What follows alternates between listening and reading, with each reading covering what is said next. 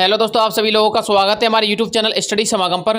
देखिए साथियों, आज के इस वीडियो में हम चर्चा करने वाले हैं राजस्थान संविदा कर्मचारी परमानेंट न्यूज 2023 के विषय में।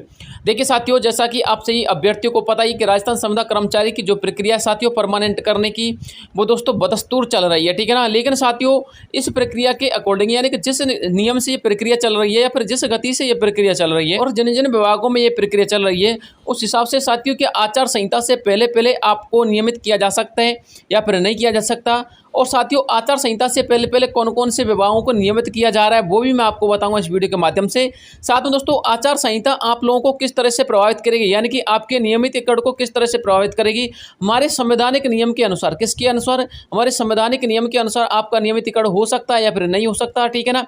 ये सारी बातें दोस्तों आज के इस वीडियो के माध्यम से मैं आपको बताऊंगा। साथियों, विद प्रूफ बताऊंगा, ऐसी बात नहीं है, विद प्रूफ। साथियों, मैं आपको बुक की इसमें प्रिंट दिखाऊंगा, इसमें एक कटिंग लेके आया हूं मैं साथियों बुक से, ठीक है ना। वो मैं आपको बताऊंगा कि इस प्रशासनिक मामले में हमारा संविधान क्या कहता है और जो निर्वाचन आयोग के नियम है वो क्या कहते हैं। वाकई में आचार संहिता के दौरान नियुक्ति नहीं होती है या फिर हो जाती हैं? अगर नहीं होती है तो किस कंडीशन में नहीं होती हैं? यदि हो जाती है तो किस परिस्थिति को देखते हुए हो सकती है, ठीक है ना। ये सारी की सारी दोस्तों चर्चा करूंगा। इसके लिए दोस्तों आपको वीडियो को अंत तक देखना है, बिना स्किप किए एंड तक यदि आप लोग वीडियो को देखोगे तभी दोस्तों आपको समझ में आएगा, और एक एक स्टेप को देखना, ठीक है ना साथियों, ताकि आपको पता लग जाए कि वाकई में आप लोगों के साथ कहीं धोखा तो नहीं हो रहा, वाकई में आप लोगों को यहाँ पर परमानेंट किया जाएगा या फिर नहीं किया जाएगा। ऐसा तो नहीं है आचार संहिता लगने के बाद आप लोगों की एक भी सुनवाई ना हो, ठीक है ना। तो ये सारी सारी बातें दोस्तों इस वीडियो के माध्यम से मैं आपको करने वाला हूँ। तो देखिए साथियों, सबसे पहले मैं चर्चा करता हूँ आपके नियमितीकरण के स्टॉपेज पे, यानी कि ये आपका जो नियमितीकरण हो रहा है, ये नियमितीकरण पे स्टॉप लग सकता है या फिर नहीं लग सकता। तो देखिए साथियों, आचार संहिता से पहले पहले तो नियमितीकरण पर स्टॉप नहीं लग सकता, पहली बात तो समझ लीजिए। लेकिन साथियों, यदि आचार संहिता लग जाती है तो हो सकता है कि नियमितीकरण पर आपके पे स्टॉप लग जाए, क्योंकि साथियों आपको यह पता होना चाहिए नियमितीकरण जिन जिन विभागों का हो रहा साथियों, वो विभाग मैंने आपको पिछले वीडियो में बताए थे कल, ठीक है ना। यदि साथियों आपको आज भी जाने तो वो विभाग मैं आपको आज भी बता दूंगा कि फिलहाल में आचार संहिता से पहले कौन कौन से ऐसे विभाग हैं जिनका नियमितीकरण होने के चांस है साथियों। उनका भी मैं फिक्सेशन नहीं करा कि इनका आचार संहिता से पहले पहले हो जाएगा, क्योंकि साथियों आपको यह पता होना चाहिए सेकंड वीक ऑफ अक्टूबर में आपकी आचार संहिता लग जाएगी। सेकंड वीक ऑफ अक्टूबर तक साथियों यदि ये विभाग जो मैंने आपको कल जिक्र में किए थे, यदि उन विभागों का भी नियमितीकरण नहीं होता तो साथियों ये मान के चलिए आपको आचार संहिता के बाद ही कुछ देखने को मिल सकता है, ठीक है ना। तो साथियों मैं इस वीडियो में आपको बताऊंगा कौन कौन से विभाग हैं। तो सबसे पहले तो मैं आपको बताना चाहूंगा, आचार संहिता से पहले तो दोस्तों आपके नियमितीकरण की जो प्रक्रिया है उस पर स्टॉप नहीं लगेगा, लेकिन आचार संहिता के बाद साथियों आपके नियमितीकरण की प्रक्रिया पर स्टॉप लग जाएगा, ठीक है ना। अब रही बात साथियों आपके आचार संहिता की, आचार संहिता से वाकई में क्या फर्क पड़ता है। आप लोग बार बार सुनते हो कि आचार संहिता से नौकरियां नहीं लगती हैं, आचार संहिता से नियुक्ति नहीं होती है, आचार संहिता से किसी का नियमितीकरण नहीं हो सकता, आचार संहिता से कोई प्रशासनिक काम नहीं हो सकते। तो वाकई में इसका क्या इफेक्ट होता है, आचार संहिता का नियम क्या है, वो मैं आपको आज इसके माध्यम से बताऊंगा। वीडियो के माध्यम से आपको पता लग जाएगी आचार संहिता में क्या क्या नहीं हो सकता और क्या क्या हो सकता है, ठीक है ना। तो आचार संहिता को मैं आपको अच्छी तरीके से समझाऊंगा, तो आप थोड़ा सा वेट कीजिएगा। उसके बाद दोस्तों संवैधानिक नियम क्या है, संविधान के अनुसार दोस्तों आपका नियमितीकरण हो सकता है या फिर नहीं हो सकता। यदि आप लोग संविधान का जो है सहारा लो, जैसे कि आचार संहिता लग जाए और संवैधानिक नियमों के अकॉर्डिंग यदि आप लोग काम करो, तो क्या आप संविधान के नियम के अनुसार यहाँ पर आचार संहिता के जो कैंडिडेट हैं उनको नियमित किया जा सकता है या फिर नहीं किया जा सकता। हमारी जो गवर्नमेंट है वो क्या कर सकती है, ठीक है ना। तो साथ ही सबसे पहले तो मैं आपको उन विभागों के बारे में बता देना चाहता हूँ जिन विभागों को दोस्तों आचार संहिता से पहले पहले यहाँ पर परमानेंट किया जा रहा है, ठीक है ना। साथियों ये विभाग जो मैं अभी आपको बता रहा हूं दोस्तों, इनके 99% चांस है कि आचार संहिता से पहले पहले इनको परमानेंट कर दिया जाए, ठीक है ना। तो साथ ही कौन कौन से विभाग है वो देख लीजिए। एक तो पंचायती राज विभाग में दोस्तों आचार संहिता से पहले पहले कर्मचारियों को परमानेंट कर दिया जाएगा। शिक्षा विभाग में साथियों आचार संहिता से पहले पहले आपको परमानेंट कर दिया जाएगा, ठीक है ना। मदरसा बोर्ड के कर्मचारी और कुछ अन्य संविदा कर्मी है साथियों, जिनका जिक्र मैं आपको नोटिस के साथ ऑलरेडी पिछले वीडियो में कर चुका हूँ, ठीक है ना। तो साथियों मुझे उम्मीद है कि उनका जिक्र करने की आवश्यकता नहीं है, लेकिन साथ यदि आप चाहते हो तो मैं उनका जिक्र भी कर दूंगा कि कौन कौन से ऐसे विभाग के कर्मचारी हैं जिनका आचार संहिता से पहले पहले यहाँ पर परमानेंट होना जरूरी है, ठीक है ना। तो साथियों इस तरह से आपके ये विभाग तो फिक्स है कि इनका आचार संहिता से पहले पहले नियमितीकरण होगा, ठीक है ना। अब इसके अलावा साथियों मैंने आपको इसमें और क्या लिखा है वो देख लीजिए। इन विभागों के अलावा अन्य विभागों में परमानेंट की प्रक्रिया सुचारू रूप से चल रही है, लेकिन वह एक क्रमबद्ध तरीके से नियमितीकरण की प्रक्रिया से गुजरेंगे, इसलिए आपको धैर्य बना के रखना पड़ेगा। और साथियों जो धैर्य है ना, आपको कुछ महीने के लिए नहीं साथियों, काफी महीनों के लिए यानी कि 6 महीने के लिए भी इंतजार करवा सकता है। लेकिन साथियों मैं गारंटी के साथ कह सकता हूँ, यदि यही सरकार रही और साथ ही ये नियमितीकरण की प्रक्रिया अचानक से बंद हो गई, यानी कि इस पे स्टॉपेज लग गया, तो साथियों आपकी यदि यही सरकार आ जाती है तो आपको नेक्स्ट ईयर में यानी कि नेक्स्ट सेशन में साथियों गवर्नमेंट के में नियमितीकरण कर दिया जाएगा, ठीक है ना। ये तो डेफिनेटली है, लेकिन साथियों पता नहीं गवर्नमेंट के मूड के ऊपर है। ये हो सकता है साथियों वोट बनाने के बाद गवर्नमेंट का मूड चेंज हो जाए, कुछ भी हो सकता है, ठीक है ना। इसलिए साथियों जो कुछ भी आपको करना है अभी कीजिए, और जो कुछ भी डिपार्टमेंट के अंतर्गत हो रहा है, प्रक्रियाओं के अंतर्गत हो रहा है, यानी कि आपको कहां तक नियमितीकरण की प्रक्रिया चल रही है, कहां तक नहीं चल रही है, उसको जानिए समझिए, और अपने जो संगठन के नेता हैं उनका सहयोग लीजिए, ठीक है ना। तब जाके साथियों इस नियमितीकरण की प्रक्रिया को जल्द से जल्द करवाने की कोशिश कीजिए। और साथियों मैं तो पंचायत सहायक कैंडिडेटों से कहना चाहता हूं, पंचायत सहायक कैंडिडेटों ने साथियों 29 सितंबर को, कितने सितंबर को, 29 सितंबर को एक महान आंदोलन का आगाज किया है। साथियों मेरे हिसाब से तो 29 सितंबर को नहीं करना चाहिए था, जल्द से जल्द करना चाहिए था, क्योंकि साथियों सेकंड वीक ऑफ अक्टूबर में आपकी आचार संहिता के लगने के काम है। साथियों जब 29 सितंबर को आप महा आंदोलन का आगाज कर रहे हैं तो साथियों आपको प्रक्रिया में लाने के लिए कम से कम 10 दिन का टाइम तो फिर भी गवर्नमेंट के पास चाहिए ना। तो साथियों इस हिसाब से तो आपकी आचार संहिता लग जाएगी और साथियों आपका काम भी डिले हो सकता है, ठीक है ना। तो मैं आप लोगों से यही कहना चाहता हूं, आप लोग अपने नेताओं का सहारा लीजिए, क्योंकि साथियों आपके जो नेता हैं वो गवर्नमेंट को और डिपार्टमेंट को अंदर तक टच किए हुए हैं, ठीक है ना। साथियों वो कुछ भी कर सकता है, और आप लोगों के संगठन में यदि शक्ति होगी तो साथियों आपको आचार संहिता से पहले यहाँ पर परमानेंट किया जा सकता है, ठीक है ना।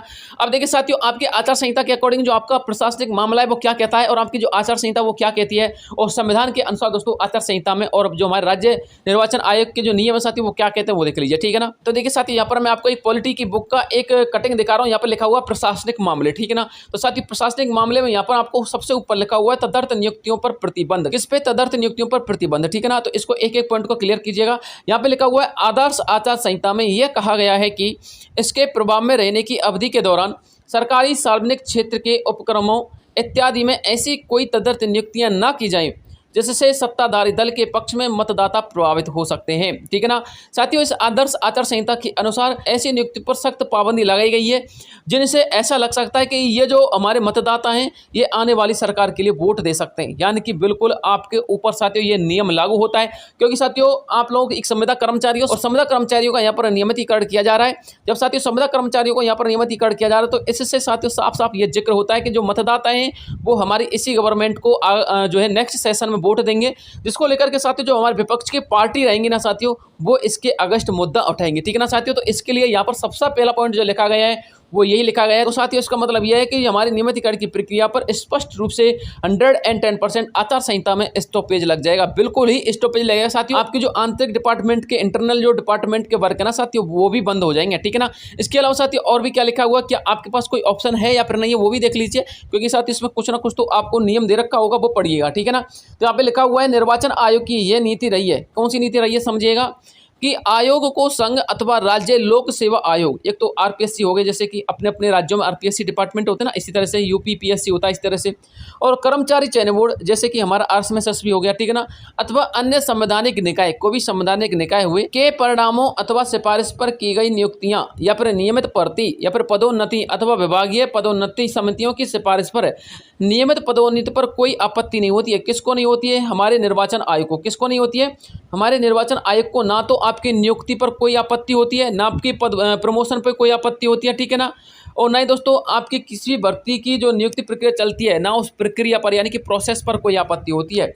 लेकिन यहाँ पर लिखा हुआ समझिएगा, किंतु कतिपय मामलों में यानी कि कुछ मामलों में संबंधित प्राधिकरण के द्वारा विधिवत चयन के आधार पर, जिस तरह से जो चयन होता है कि विधिवत तरीके से, ठीक है ना, उसके आधार पर सामान्य प्रक्रिया से की गई नियुक्तियां को भी निर्वाचन के पूरे होने के बाद तक टाला गया है। ऐसा क्यों हुआ साथियों? उसका एक रीजन है और बहुत बड़ा रीजन है, ठीक है ना, वो मैं आपको बताऊंगा, थोड़ा सा और पढ़िएगा साथियों। जो ये दूसरा नंबर का नियम है ना साथियों, ये नियम साथियों आपके 2008 में जो रीट की वैकेंसी हुई थी, किसकी वैकेंसी?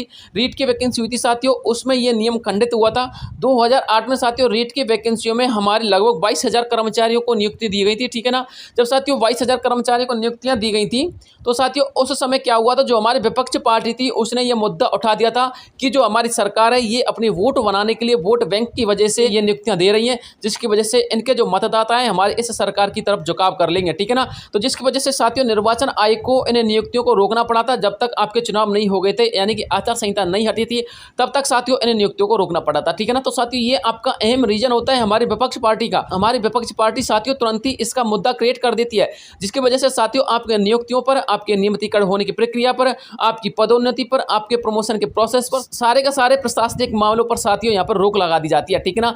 अगला पॉइंट क्या कहता है साथियों, अगला पॉइंट पढ़ लीजिए। गैर संवैधानिक निकायों के माध्यम से भर्ती के लिए निर्वाचन आयोग से पहले अनापत्ति यानी कि एक अनापत्ति यानी परमिशन लेना आवश्यक होता है। यानी कि कुछ गैर संवैधानिक निकाय होते हैं जिनको संवैधानिक दर्जा प्राप्त नहीं होता, जैसे कि समझिए दिल्ली शहरी कला आयोग का पुनर्गठन, यह एक गैर संवैधानिक निकाय है। राष्ट्रीय बोर्ड वन्य जीवन का पुनर्गठन, यह एक जो है गैर संवैधानिक निकाय है। ब्रह्मपुत्र बोर्ड का ब्रह्मपुत्र नदी बेसिन प्राधिकरण में पुनर्गठन, ये एक आपका गैर संवैधानिक निकाय है। निजी व्यक्तियों का 4 नए राष्ट्रीय अभिकल्प संस्थान, यानी कि कोई निजी व्यक्तियों के जो संस्थान होते हैं ना, वो अपनी नियुक्तियां निकालते हैं, वो अपनी वैकेंसियां निकालते हैं साथियों। उन वैकेंसी के संबंध में ये आपका पॉइंट है, इसको भी पढ़ लीजिए, आपके बड़े काम का आ सकता है ये पॉइंट। तो गैर संवैधानिक निकायों में यानी कि प्राइवेट निकायों में उनके माध्यम से भर्ती के लिए निर्वाचन आयोग से पहले अनापत्ति लेना, उनके लिए भी साथियों यदि आपको उनको जो है नौकरी पे रखना है, उनको नियुक्ति देनी है, तो साथियों उनके लिए भी यहाँ पर परमिशन लेना आवश्यक है। सामान्यतः जब कभी भी आयोग को यह लगता है कि मामला अति तात्कालिकता नहीं है, यानी तात्कालिक का मामला नहीं है और उसके लिए निर्वाचन प्रक्रिया पूरी होने तक प्रतीक्षा की जा सकती है, तो आयोग सरकार को परामर्श दे सकता है कि फिलहाल ऐसी नियुक्तियों की कुछ समय के लिए स्थगित कर दिया जाए। नियुक्तियों के कुछ महत्वपूर्ण प्रस्ताव जो भारत निर्वाचन आयोग के द्वारा गत वर्षों में आयोजित निर्वाचनों के दौरान स्थगित किए गए थे, वो इस प्रकार हैं, ठीक है ना। तो दोस्तों इन विभागों के और इन गैर संवैधानिक निकायों की नियुक्तियों के प्रस्तावों को यहाँ पर स्थगित कर दिया गया था। हालांकि साथियों गैर संवैधानिक निकायों की नियुक्ति पर हमारा निर्वाचन आयोग कोई पाबंदी नहीं लगाता है, लेकिन यदि उसको लगता है निर्वाचन आयोग की कि इनकी नियुक्तियों को रोका जा सकता है, अभी इनकी नियुक्तियों को ज्यादा इमरजेंसी नहीं है, तो साथियों निर्वाचन आयोग उस संस्थान के लिए, वो जो गैर संवैधानिक निकाय है, वो जो संस्थान है, उसके लिए साथियों वो परामर्श दे सकता है कि अभी इन भर्तियों को टाला जाए, ठीक है ना। क्योंकि साथियों ऐसा हो चुका है पहले, और साथियों उन्होंने इनका एग्जाम्पल भी दे रखा है कि दिल्ली शहरी कला आयोग का पुनर्गठन का जो निकाय है उसमें भी ऐसा हुआ है कि निजी जो व्यक्ति है उनके 4 राष्ट्रीय अभिकल्पिक संस्थान है, उनकी जो शाखाएं साथियों उनके साथ भी ऐसा हो चुका है, ठीक है ना। तो साथियों मुझे उम्मीद है कि आपको पूरा डिटेल समझ में आ गया होगा कि आचार संहिता आपके नियमितीकरण की प्रक्रिया को किस तरह से जो है प्रभावित करेगी, वो मैंने आपको पूरा डिटेल समझाया, ऑथेंटिक समझाया। साथियों हमारे चैनल से जुड़े रहिएगा, इसी तरह की साथियों जानकारी मिलती रहेंगी। साथ में दोस्तों नई नई अपडेट जानने के लिए, संविदा कर्मचारियों की भर्तियों के बारे में जानने के लिए, राजस्थान की नई नई वैकेंसी के बारे में जानने के लिए हमारे चैनल को सब्सक्राइब करके हमारे चैनल का पार्ट बन जाइए। आज के लिए इतना ही काफी है, मिलता हूं आपसे नेक्स्ट वीडियो में, तब तक के लिए जय हिंद जय भारत।